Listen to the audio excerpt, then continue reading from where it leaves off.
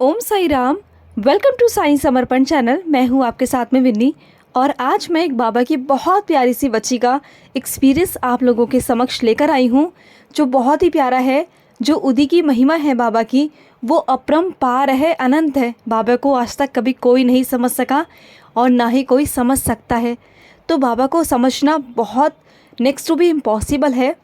जो भक्त बाबा को बहुत प्यार से उन्हें पूछते हैं, उन्हें सच्चे भाव से प्यार करते हैं ना, तो वो कहीं हद तक बाबा को समझ पाते हैं, उनकी उदी की महिमा को समझ पाते हैं। तो आज मैं बाबा की बहुत प्यारी बच्ची, जिनका नाम पिंकी है, जो बाबा की बहुत ही प्यारी डिवोटी है और बाबा पर और बाबा की उदी पर वो बहुत विश्वास करती हैं। विश्वास कहूँ तो अटूट विश्वास करती हैं। तो आइए आज उनके एक्सपीरियंस मैं आप लोगों के समक्ष लेकर आई हूँ कि उनके साथ में कैसी कैसी लीलाएं घटित हुई हैं कि जिस उदी को कोई राख समझता है तो कोई मिट्टी समझता है और वो किसी के लिए संजीवनी साबित होती है। तो चलिए आइए आज हम बाबा के अनुभव सुनते हैं, उनके अनुभव को श्रवण करते हैं। तो चलिए स्टार्ट करते हैं।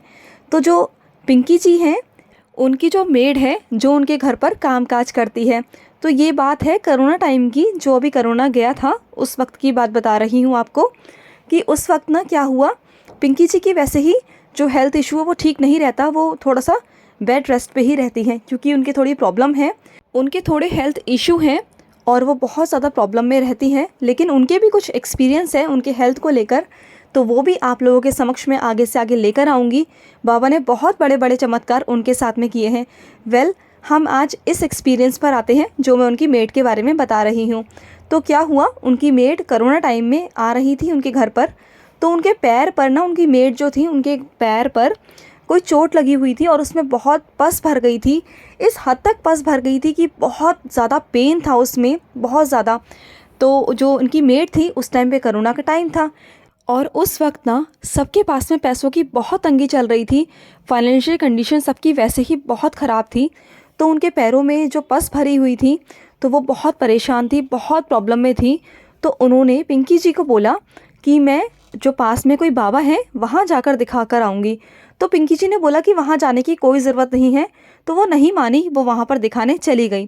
पिंकी जी के लाख समझाने के बावजूद भी ना वो नहीं मानी। उन्होंने कहा कि ये कोरोना टाइम चल रहा है, हर कोई पैसा मांगता है और हमें एक एक पैसों की ज़रूरत है, हर किसी को ज़रूरत है, तो आपको भी ज़रूरत होगी। तो फिर भी जो उनकी मेड थी वो नहीं मानी।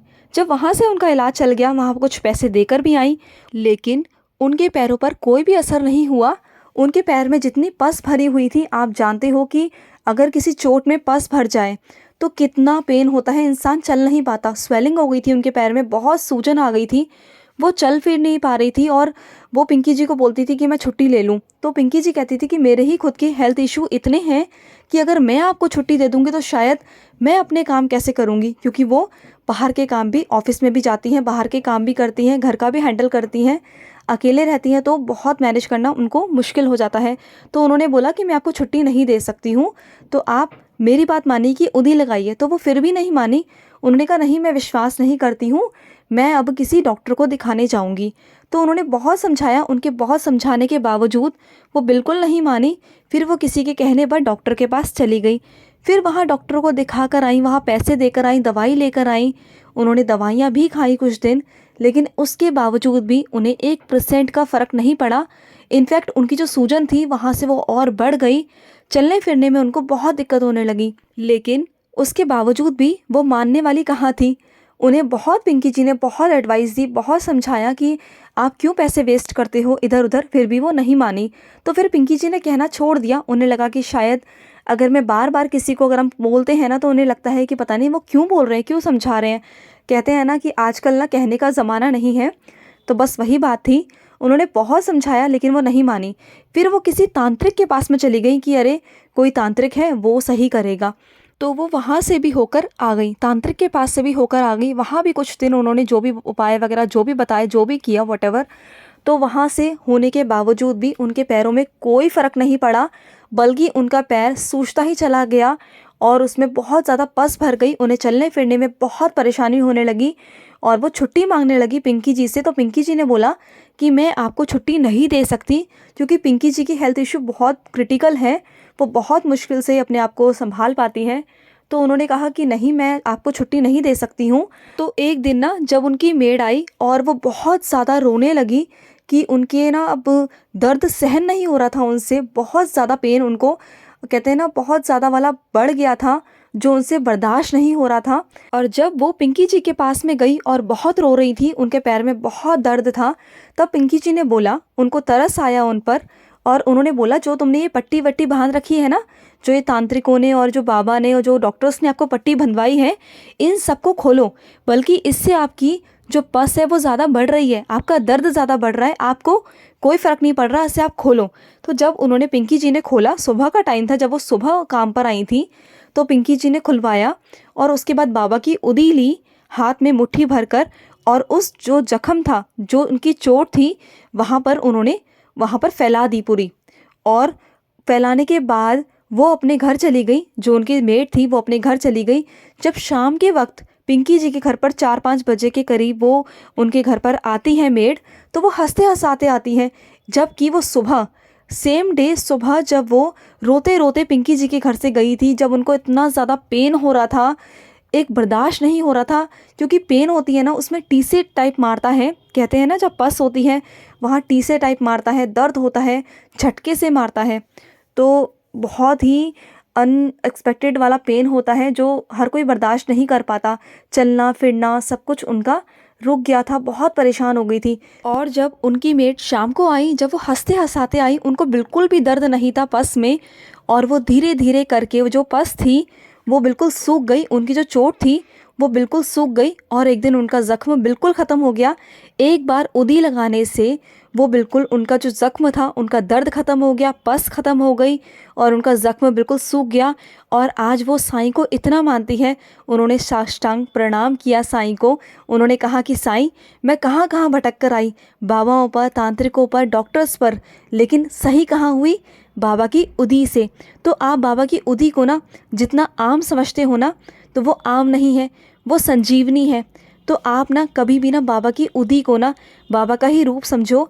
अगर आप बाबा की उदी को बाबा के विश्वास पर, बाबा के प्यार से लगाएंगे ना, तो डेफिनेटली वो उदी आप पर ही उतना काम करेगी जो संजीवनी के रूप में काम करती है। आपको अनएक्सपेक्टेड रिजल्ट्स आपको दिखाई देंगे। और इस एक्सपीरियंस को सुनाते सुनाते मुझे साईं सचरित्र का एक अध्याय याद आया, जिसमें बाबा का जो भक्त था उनके पैरों में भी पस थी। जब बाबा ने कहा था कि कोई कौआ आएगा और तेरे पैर पर चोंच मार के जाएगा, ऐसा बाबा ने कहा था ना, एक अध्याय था। मुझे याद नहीं आ रहा कि वो अध्याय कौन सा था।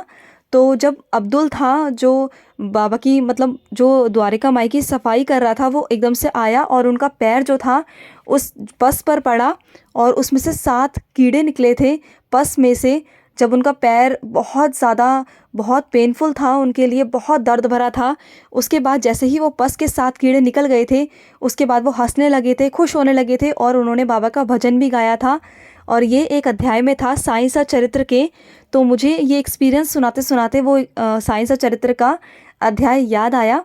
तो बाबा की लीलाएं तो अपरंपार है। उदी से रिलेटेड मेरे पास में और बहुत सारे एक्सपीरियंस हैं, मेरे पास में बहुत सारे डिवोटीज़ की तरफ से आए हुए हैं, वो मैं आपको 1 बाय 1 शेयर करती जाऊंगी कि बाबा की उदी की महिमा क्या है, उनके अनुभव क्या है, और बाबा की लीलाएं क्या है।